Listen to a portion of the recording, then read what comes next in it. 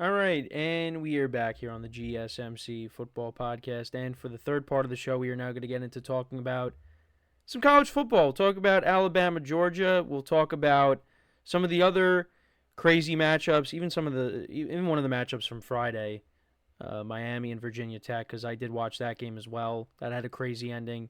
But let's get into the game I wanted to highlight, and that is Alabama, Georgia. So, of course, anytime these two teams meet, it's a big game. And last year, Alabama beat them in the SEC championship. So, going into this game, I thought the game was going to play out a lot differently. But still, game of the year, possibly, in college football. So let's get into it. So, Alabama outscored Georgia 21-0 after the first quarter. And I'm sitting there watching that game, and really throughout the game, I was like, so Carson Beck is one of the top quarterback prospects. Watching that game, I'm like, is he really? Because he's not playing like it right now. Now, did have a much different second half, but in the beginning of the game, looked like Jalen Milroe was like, one of the top quarterbacks going into the next NFL draft. I mean, Alabama had their way with Georgia in that first quarter. Jalen Milroe was picking up first downs. I mean, it was like a 1st and 18 or 1st and 19, and he was able to, zigzag for a first down. He ended up finishing the game with 16 carries for 117 yards and 2 touchdowns. And Ryan Williams, of course, had a big game as well, the 17-year-old freshman. But, yeah, I mean, Alabama on their first 3 drives, all touchdowns. First drive of the game, they went 8 plays, 70 yards. Milroe from 7 yards out scored a touchdown. Georgia punted, another touchdown on their next drive. Big chunk plays. Milroe connected with Miller for a 16-yard touchdown, so that made it 14-0.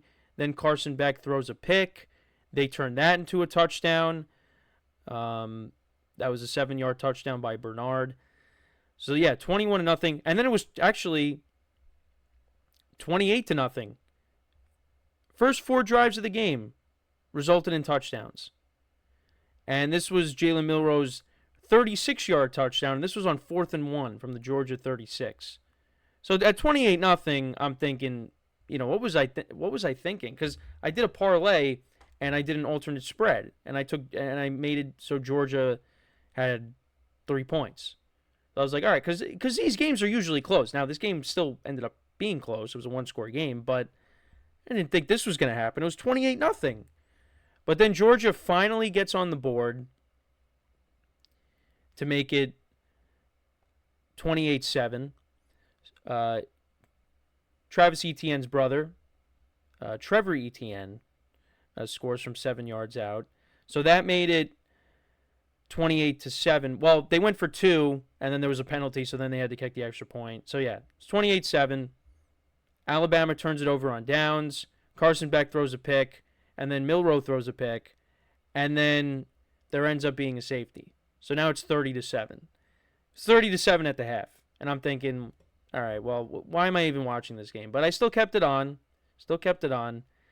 Because we were at my grandma's house watching the game. So, we just, like I said, we just left it on, and then in the third quarter, both teams exchanged punts, and then Georgia on their next drive, they score a touchdown. 32-yard pass play on 2nd and 10, and then Carson Beck connected with Smith for a touchdown. That made it 30-13, and then they got a 2-point conversion. So it was 30-15, but then Alabama scored with a field goal, 28-yard field goal. That made it 33-15.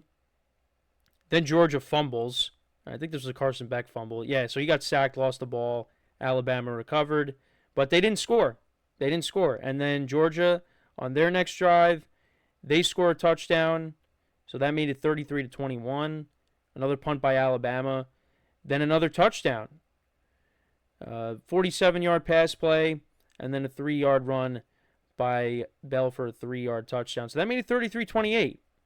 Then Alabama punts. Now, I missed the next touchdown by Georgia that put them ahead because I was like, all right, commercial, I'm going to run to the bathroom really quick. So all of a sudden, I'm hearing my family in the other room going crazy. And I'm like, they scored that fast? And I checked my phone. Sure enough, scored a touchdown. One play, 67 yards.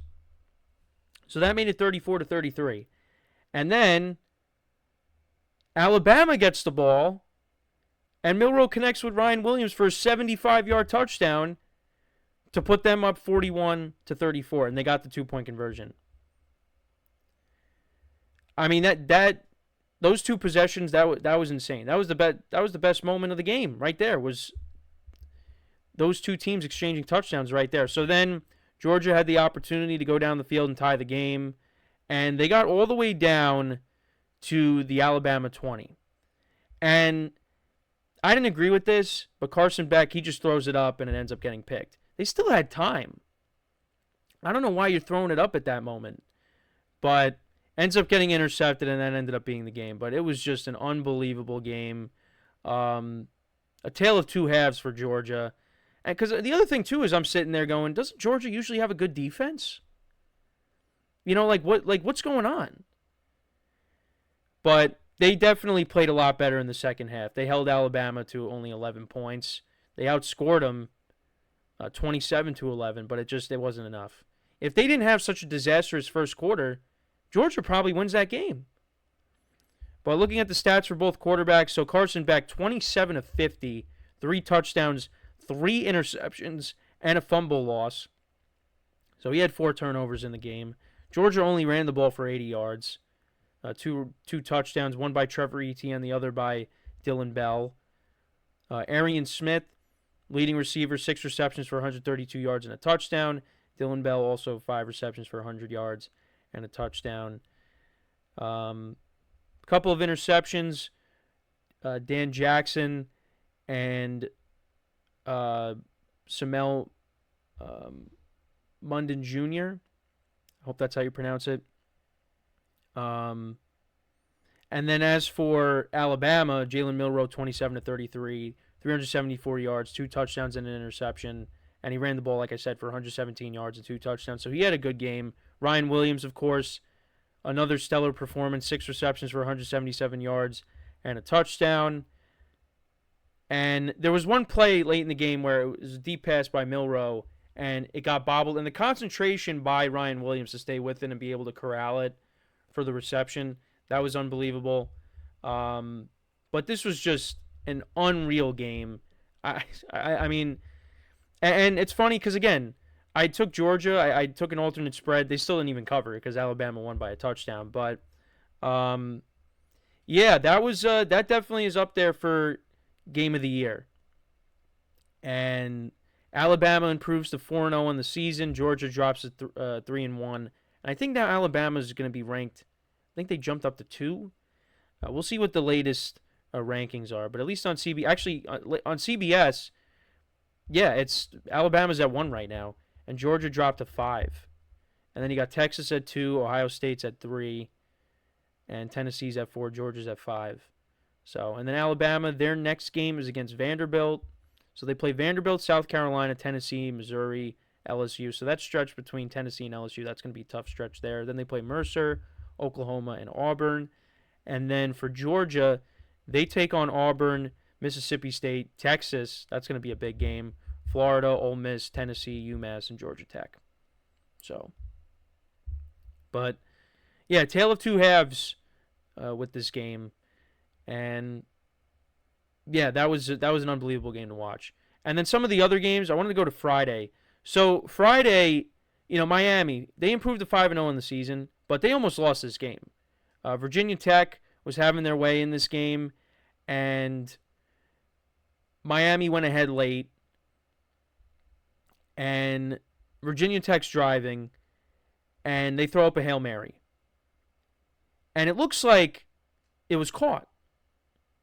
Well, it doesn't look like it. Well, when you look at the replay, you just really have no idea. But it was straight chaos because, and it was like the Hail Mary in Seattle when the Packers and the Seahawks played against each other all those years ago. I can't believe how long ago that was. But it was just, you had everybody going up for the ball at the same time. And at first you have the Miami players celebrating, the fans are storming the field, and then all of a sudden the refs ruled a touchdown, and then you got the Virginia Tech players running and celebrating all over the field, and it was just, again, straight chaos. So then they go back and review the play for like 10 minutes because you really just couldn't tell, and after all that, they ruled it incomplete, and Miami wins the game. But that was an unbelievable game. Miami was a 17.5-point favorite at home, and Virginia Tech, I mean, they probably should have won the game, but that's a tough way to lose. And Miami improves to 5-0 on the season. Rutgers won a close game against Washington, 21-18. That game got dicey at the end. Mississippi, or Ole Miss, they ended up losing a home game. They lost to Kentucky, who almost beat Georgia in a low-scoring game. Georgia won that game 13-12. They beat Ole Miss 20-17. I mean, on a 4th and 7, I don't know how Ole Miss doesn't stop them there, but they complete a pass late in the game, Kentucky, and they go down the field, and they go up 20-17, and Ole Miss misses a field goal. So yeah, lost that. Michigan, they improved to 4-1 on the season, 27-24 over Minnesota. Colorado, who is an underdog in their game, they ended up picking up a win as well. Notre Dame improved to 4-1 on the season, winning 31-24 over Louisville. Yeah, Colorado over UCF, 48-21. Yeah, they were 12.5-point underdogs, and they win that game. USC 38-21 over Wisconsin. Oklahoma beat Auburn 27-21. Duke improves to 5-0 on the season, defeating UNC 21-20. Texas 35-13. Arch Manning, his stats for the game: 26-31, 324 yards, 2 touchdowns, no interceptions. Had a rushing touchdown in the game as well. Clemson was all over Stanford, 40-14. Ohio State 38-7 over Michigan State. Penn State 21-7 over Illinois. But yeah, crazy college football weekend, and it was highlighted by the Georgia-Alabama game. But yeah, let me know what you guys think about that game, as well as some of the other games, or some of your takeaways from them. Let me know in the comments. So we are going to take our next break, and then when we come back, we will talk about the 4-0 Minnesota Vikings. We'll talk about how that game went down. Jordan Love making his return to the field. His first game back after missing the last 2 with an injury. So we'll get into that when we return from our next break. So with that being said, stick around, and we'll be right back here on the GSMC Football Podcast.